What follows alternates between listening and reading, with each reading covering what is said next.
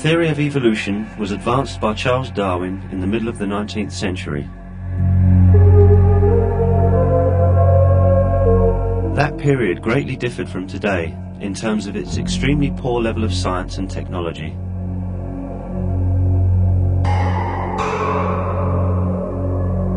Nineteenth century scientists had to work in simple laboratories with quite primitive equipment.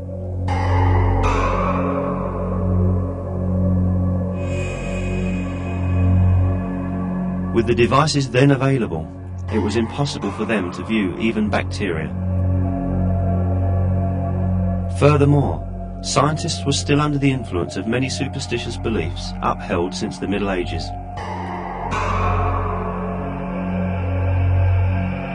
One of these superstitious beliefs was that life had a simple form.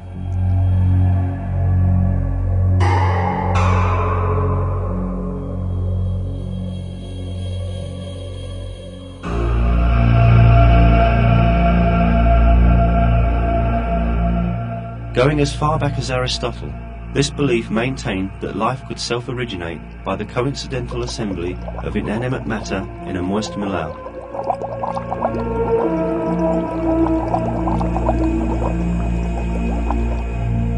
While developing his theory, Darwin relied on the belief that life basically had a simple structure.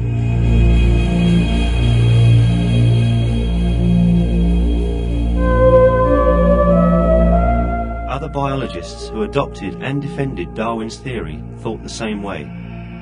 For instance, the greatest advocate of Darwinism in Germany, Ernst Haeckel, supposed that the living cell, which could only be viewed as a dark spot under the microscopes of that time, had a very simple structure.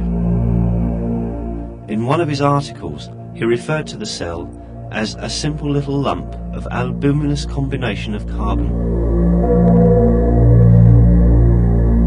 The theory of evolution was based on assumptions such as these. The pioneers of evolutionary theory, like Haeckel, Darwin and Huxley, thought that life had a very simple form, and that this simple form could originate by itself as a result of chance. However, they were mistaken.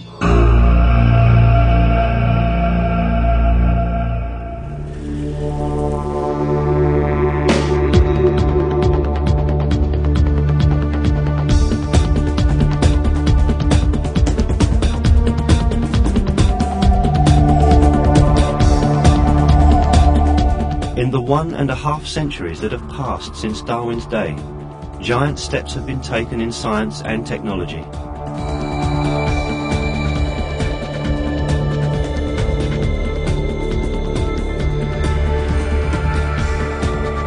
Scientists discovered the structure of the cell, to which Haeckel referred as a simple little lump of albuminous combination of carbon.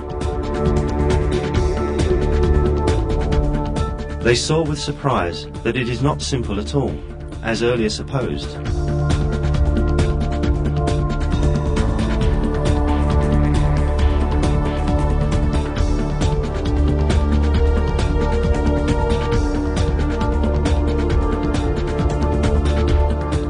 It was revealed that the cell has a system so complex as to have been unimaginable in Darwin's time.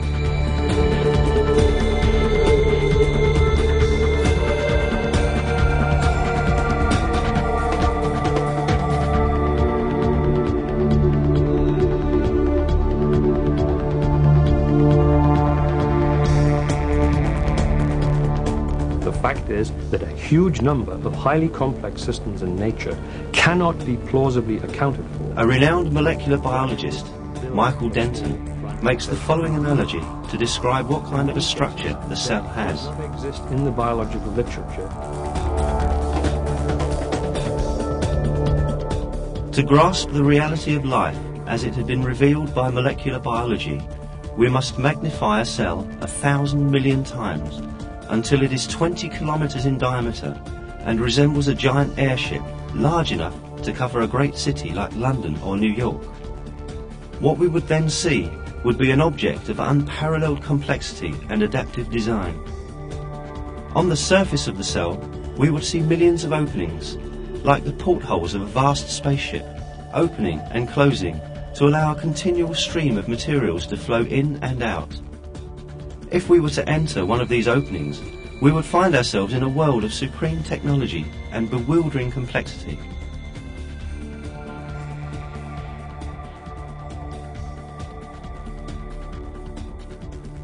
Now let us vitalise Professor Denton's spaceship analogy and see the complexity in the cell closer.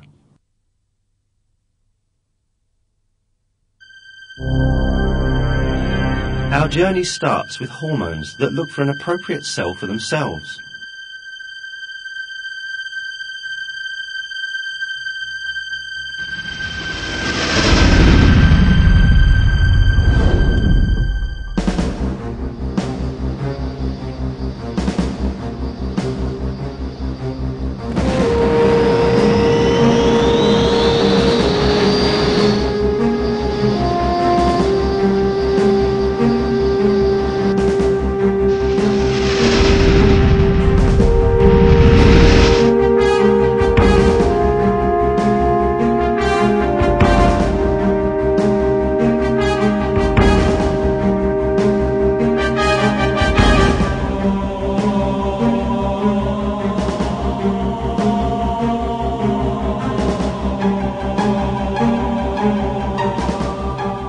When hormones approach the cell, they first look for a door that will let them in.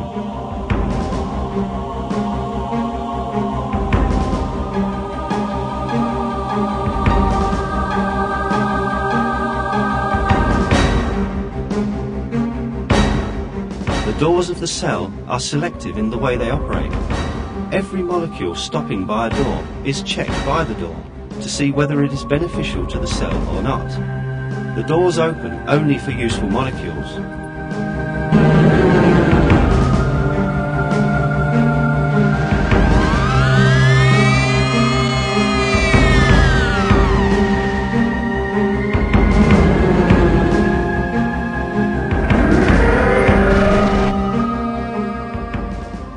If a harmful material, such as a virus, tries to enter a cell's door, the situation changes. The cell door analyses the material, finds out that it is harmful, and rejects it.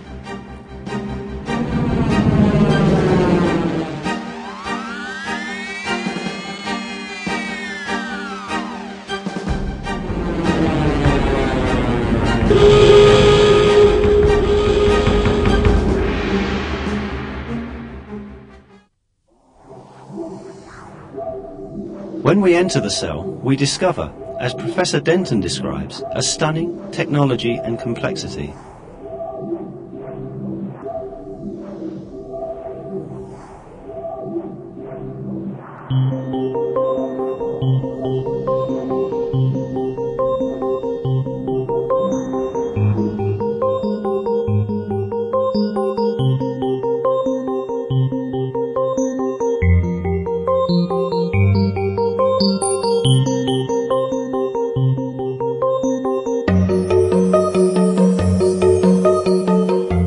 When hormones step in the door, they are immediately taken under control by special proteins that carry out the functions of the cell.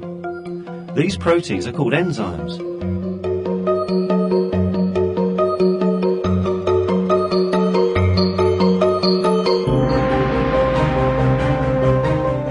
If required, enzymes immediately put the newly arrived hormones to use.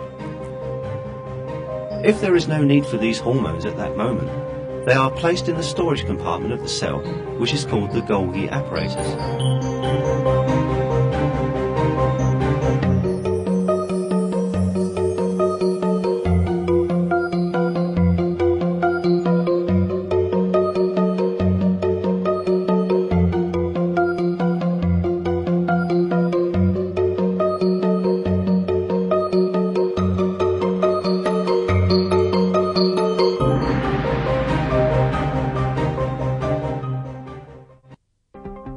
Some molecules, such as the insulin that carries sugar molecules, are too big to pass through the doors of a cell.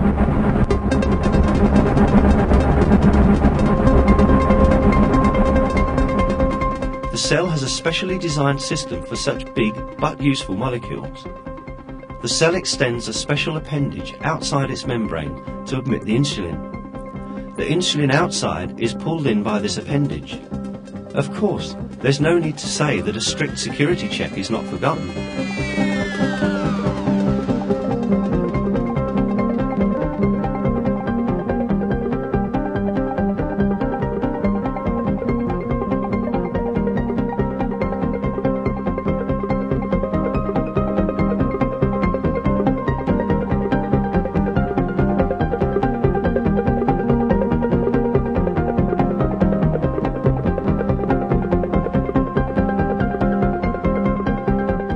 Once inside, special carrier enzymes carefully collect the sugar molecules on the insulin. Enzymes convey the sugar molecules they receive from insulin to the mitochondria, which makes up the cell's power-generating plant.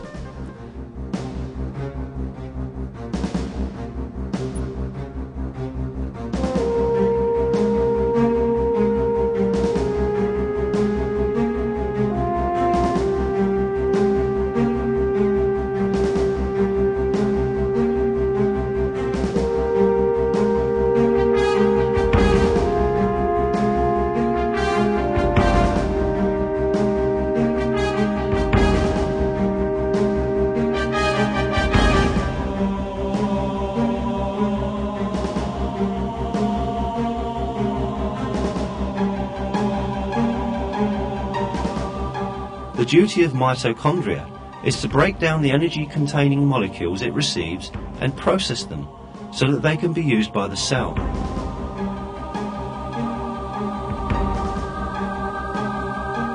Produced as a result of very complicated reactions in the mitochondria, the ATP energy packs are transferred to the related compartments of the cell through, again, a perfect mechanism.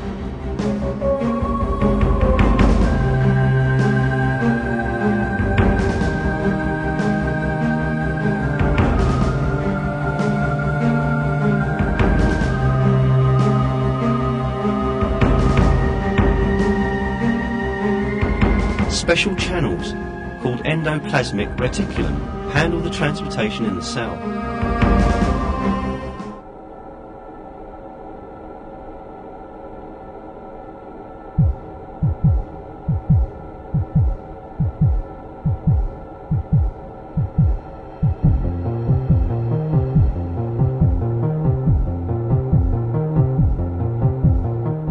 The nucleus, which resembles a gigantic information processing centre, is the brain of the complex system of the cell.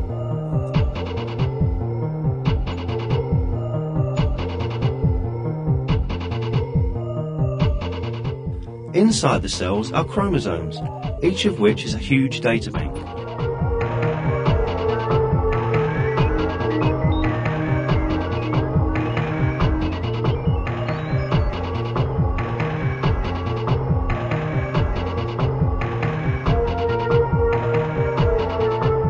Chromosomes consist of intertwined DNA chains.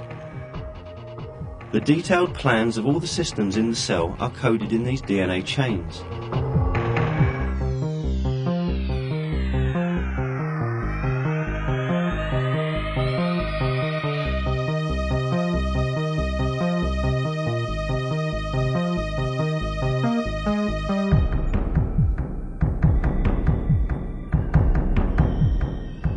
A DNA chain is like a spiral helix, composed of the sequential arrangements of 4 different molecules. These 4 different molecules are actually an alphabet of 4 letters.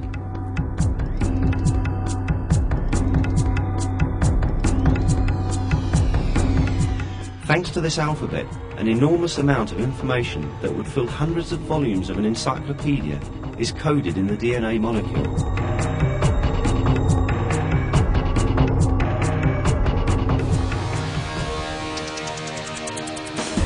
This coding system includes the detailed production plans of the thousands of different enzymes and proteins used in the cell. The projects of all organic molecules that will be structured in the cell are written in the DNA down to their smallest details.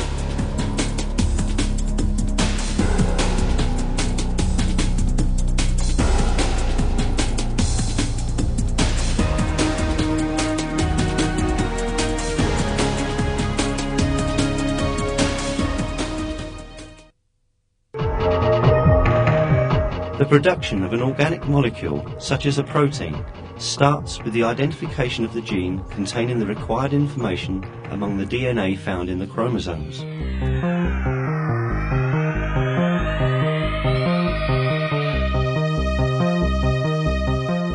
An enzyme exclusively in charge of this task opens the DNA like a zipper.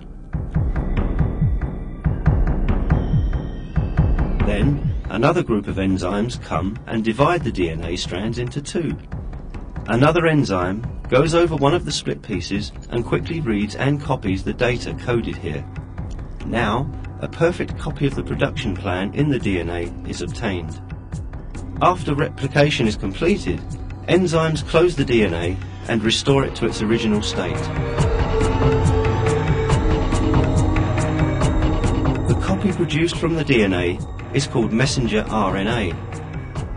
Messenger RNA contains the production plan of the protein required for the cell.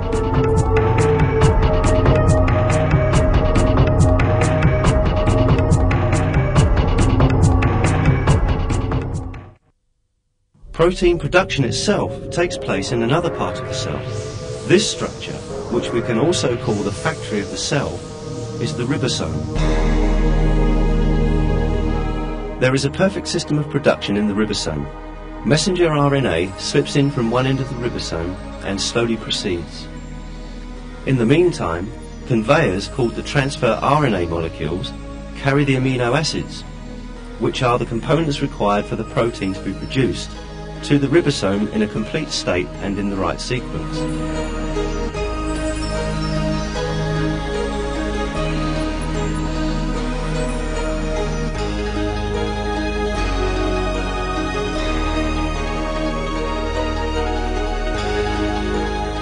The amino acids brought here combine in the right sequence thanks to the code on the messenger RNA. As the messenger RNA proceeds, the amino acid that corresponds to the data coded there is added to the chain. The result is a new protein.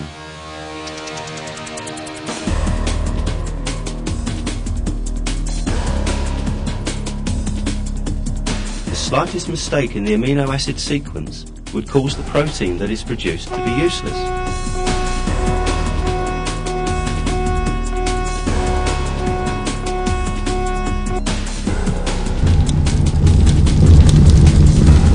Yet, such mistakes almost never happen.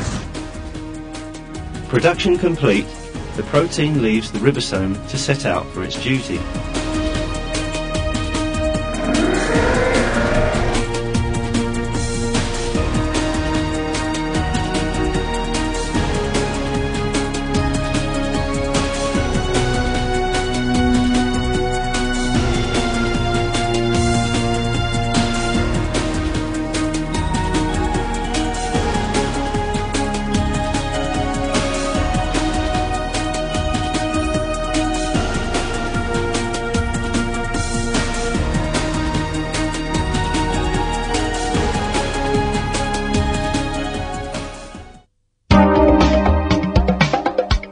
All these extraordinary processes take place, not somewhere far away, but right on your own body.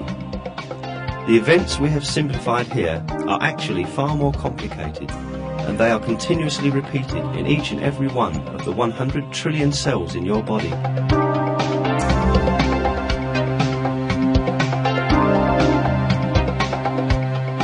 The cell, which was thought to be a simple little lump of albuminous combination of carbon by the formulators of the theory of evolution, has such an extraordinary design.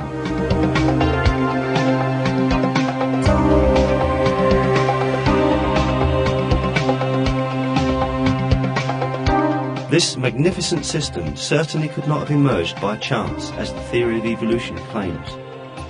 When all these details of cell biology were revealed and understood, the theory of evolution suffered a great blow.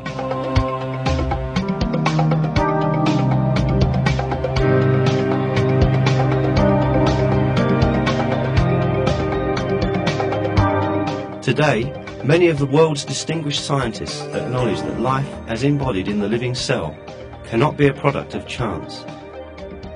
a very superior design underlies all aspects of life.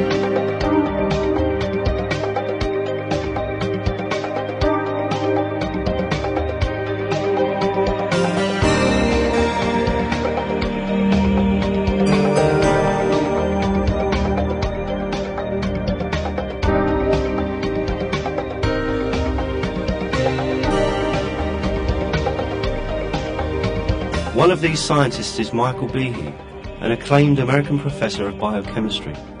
He refers to the fact of design in the cell as revealed by modern science as follows. I think the conclusion of design is a scientific one, an empirical one, based completely on the observable system the universe and life were intended, that they are the product of intelligent activity.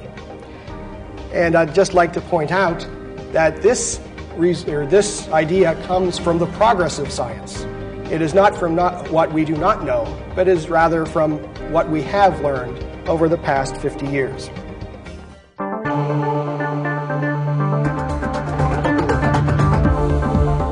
Indeed, science shows that all living beings have been brought into being as a result of conscious creation.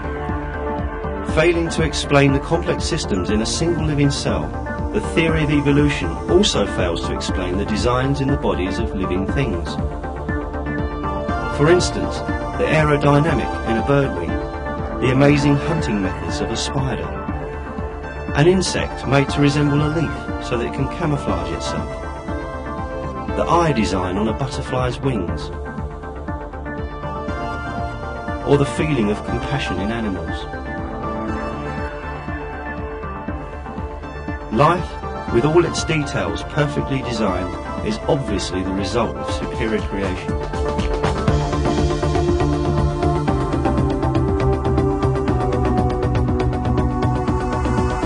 That superior creator is the Almighty God, the Lord of the heavens, the earth, and everything in between.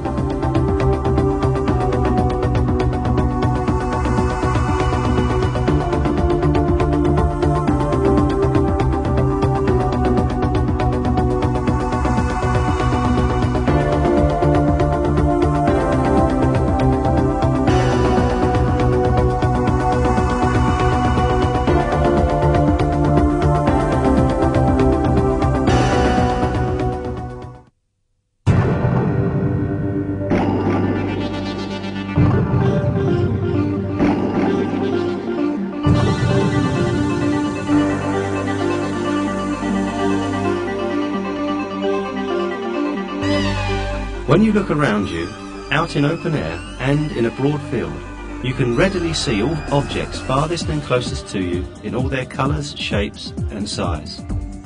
This view, which you have obtained without making any effort, is produced as a result of numerous complex reactions and interactions in your body. Now, let us look at these complicated operations closer.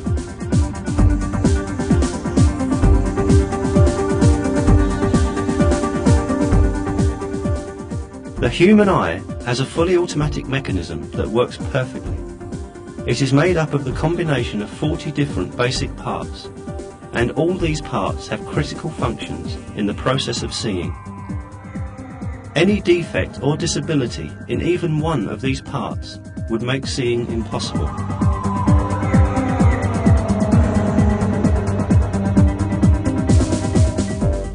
The transparent layer in the front part of the eye is cornea.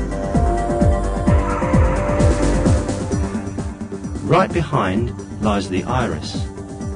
Giving the eye its colour, the iris adjusts its size automatically according to the sharpness of light, thanks to the muscles attached to it. For example, if we are in a dark place, the iris widens to take in as much light as possible. When light increases, it shrinks to decrease the amount of light coming into the eye.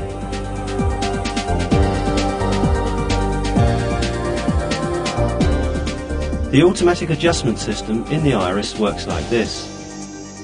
The moment light comes into the eye, a nerve impulse travels to the brain and gives message about the existence and brightness of the light.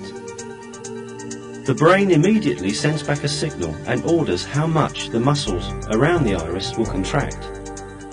Another eye mechanism working parallel to this structure is the lens.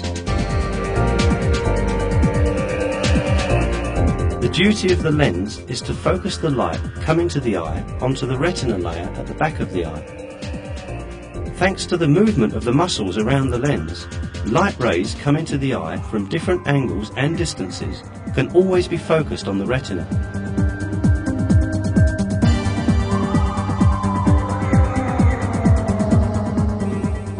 All the systems we have mentioned are far smaller, yet far more superior to the mechanical devices designed by the use of the latest technology in order to imitate the eye.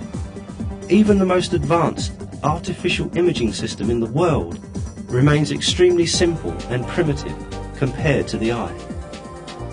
When we think of the effort and knowledge that has been put into developing these artificial imaging systems, we can understand with what a superior creation the eye is made.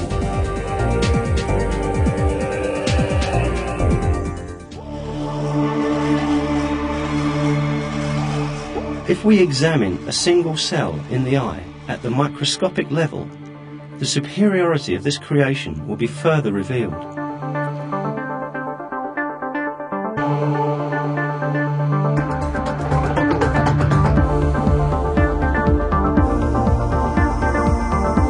Let us suppose that we look at a crystal bowl full of fruit. The light rays coming from this bowl to our eye pass through the cornea and iris and are focused on the retina by the lens. So, what happens in the retina so that the retinal cells can perceive light? When light particles, also called photons, strike the cells in the retina, they produce a cascading effect like a row of dominoes carefully arranged one after the other. The first of these dominoes in the retinal cells is a molecule called 11-cis retinol. When a photon of light interacts with it, this molecule changes shape. This forces a change in the shape of another protein, rhodopsin, to which it is tightly bound. Now, rhodopsin takes such a form that it can stick to another protein called transducin, which was already present in the cell, but with which it could not interact before due to its shape's incompatibility. After this union, another molecule called GDP also joins in this group.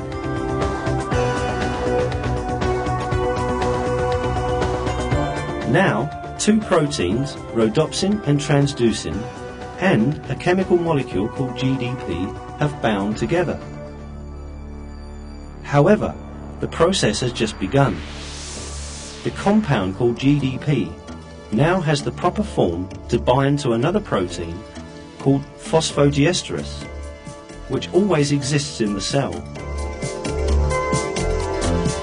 After this bonding, the shape of the molecule that is produced would trigger a mechanism that will start a series of chemical reactions in the cell. This mechanism changes the ion concentration in the cell and produces electrical energy. This energy stimulates the nerves lying right at the back of the retinal cell. Consequently, the image that came to the eye as a photon of light sets on its journey in the form of an electrical signal. This signal contains visual information about the object outside.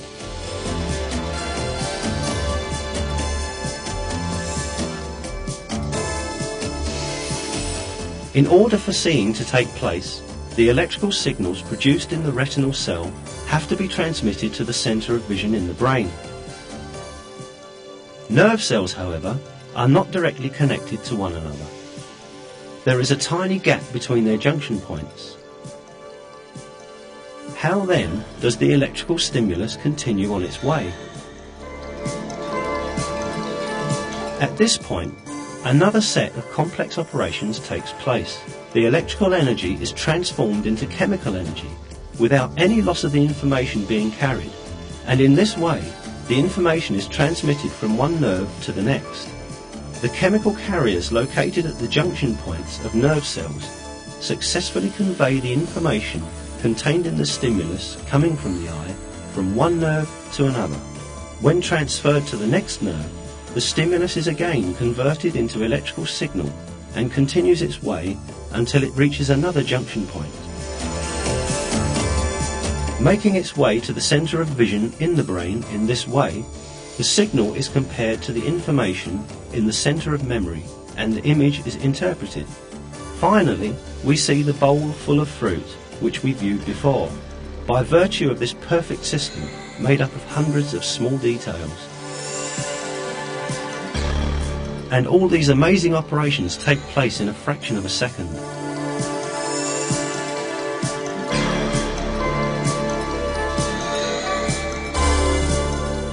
Moreover, since the act of seeing takes place continuously, the system repeats these steps over and over.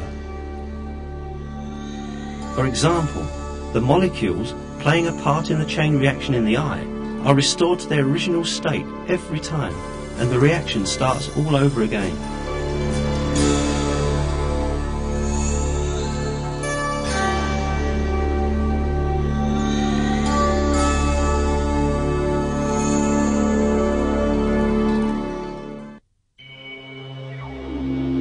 Of course, at the same time, many other equally complex operations are taking place in other parts of the body.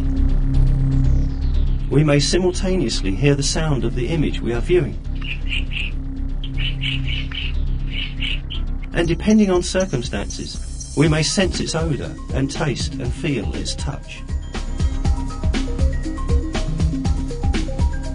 Meanwhile, millions of other operations and reactions have to continue without interruption in our body if we are to go on living.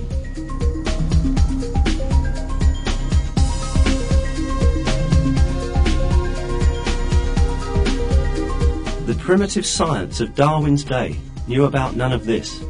Despite that, however, even Darwin realised the extraordinary design in the eye and confessed his despair in a letter he wrote to Asa Gray on April 3rd, 1860, in which he said, "The very thought of the eye makes me cold all over." The biochemical properties of the eye that have been discovered by modern science dealt a greater blow to Darwinism than Darwin could ever have imagined.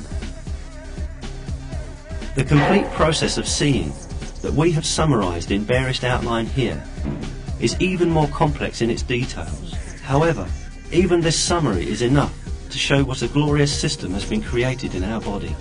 The reactions taking place in the eye are so complex and so finely tuned that it is quite unreasonable to think that these are a product of chance occurrences, as the theory of evolution claims. Michael Behe, a recognised professor of biochemistry, makes this comment on the chemistry of the eye and the theory of evolution in his book, Darwin's Black Box. It is longer enough for an evolutionary explanation of that power to consider only the anatomical structures of whole eyes, as Darwin did in the 19th century. Each of the anatomical steps and structures that Darwin thought were so simple actually involved staggeringly complicated biochemical processes that cannot be papered over with rhetoric.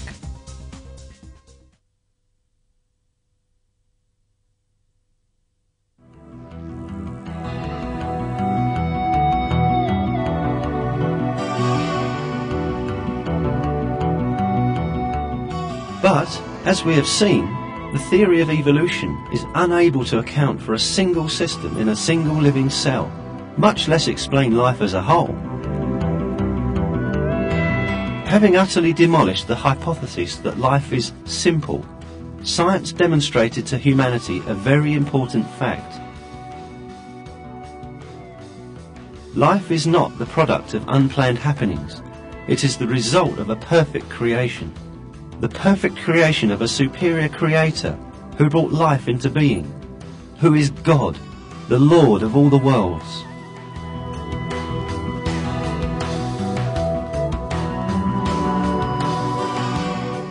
It is He who created both humans and all other living beings, and man is responsible to his Lord who created him.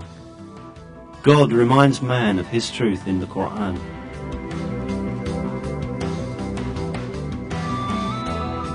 It is He who has created hearing, sight and hearts for you.